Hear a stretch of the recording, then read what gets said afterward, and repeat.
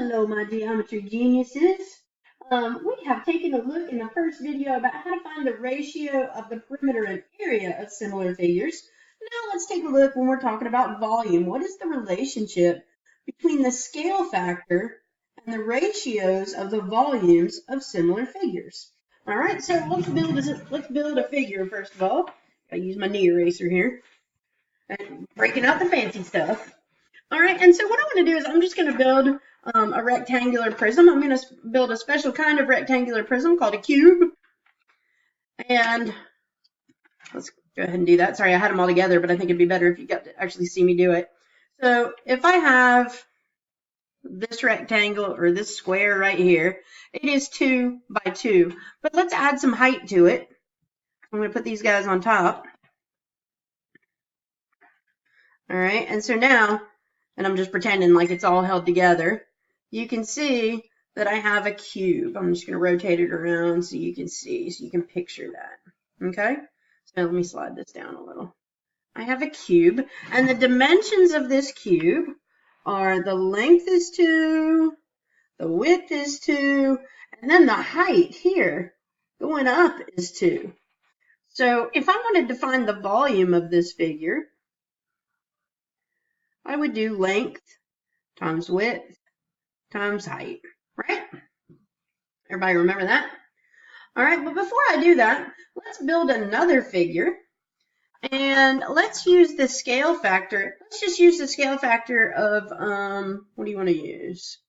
I think I'm going to use 1 to 2 again. And the reason I'm going to do that is because I don't want to run out of blocks. All right, so now, instead of the width being 2, I'm going to multiply it times 2, so the width will be 4. Okay?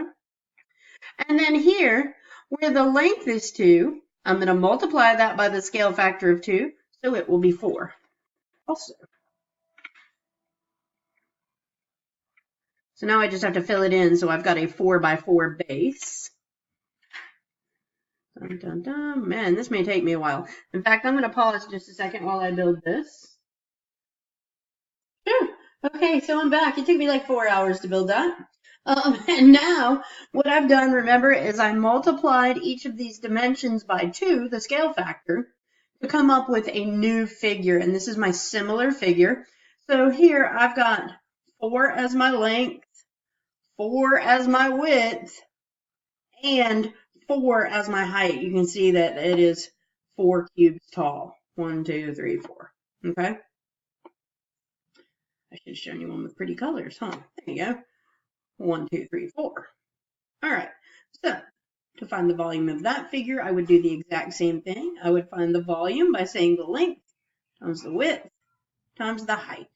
All right. So in this case, volume will be the length is 4, the width is 4, and the height is 4. If I multiply all 3 of those together, 4 times 4 times 4, I get 4 times 4 is 16. 16 times 4 is 64. Or I could put in 4 times 4 times 4, or I could even put in 4 cubed, couldn't I? All right, so let's go back to our original figure. Remember, he is 2, his length is 2, his width is 2, and his height is 2. Okay. Now, let's think for just a minute. 2 times 2 times 2 gives me 8. So let's look at the relationship here. I have a relationship of 8 to 64. If I make a ratio to compare the volume of my two figures. Now, how in the world does that relate to our scale factor, which was 1 to 2? It's kind of in the glare, so I'm going to write it down here for you. The scale factor was 1 to 2. So we know that these two are related to that number somehow. So I want you to think about when we talked about perimeter, we were talking about a straight line distance. We just used the scale factor. The perimeter was the same as the scale factor. When we were talking about area, we were talking about 2 dimensions, length and width. And remember, anytime we write the area of something, we say that it's in square units.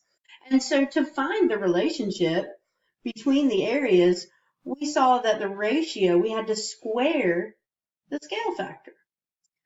So here, if I were to write these units, I would say that this was 8 units cubed, because I'm talking about volume. And I would say that this one over here is 64 units cubed, because I'm talking about volume. We're talking about 3 dimensions now. We're talking about length, width, and height. So how do you think we got this ratio? Well, first let's simplify it. I know that 8 is a common factor between 8 and 64. So 8 divided by 8 is 1. 64 divided by 8, you may know, is 8. So now let's take a look. How did we get from 1 to 2 to 1 to 8? What did we have to do to that scale factor? Yeah, right. We're talking about 3 dimensions here, length, width, and height. So we're going to cube it. So whenever we cube the scale factor to find the ratio of volume in similar figures. So here we had 1 to 2. If we cube both of those, 1 cubed is 1, and 2 cubed, or 2 times 2 times 2, is 8. So we know that the ratio of the volumes is the scale factor cubed. All right, I hope that helps. I'll see you in our next video.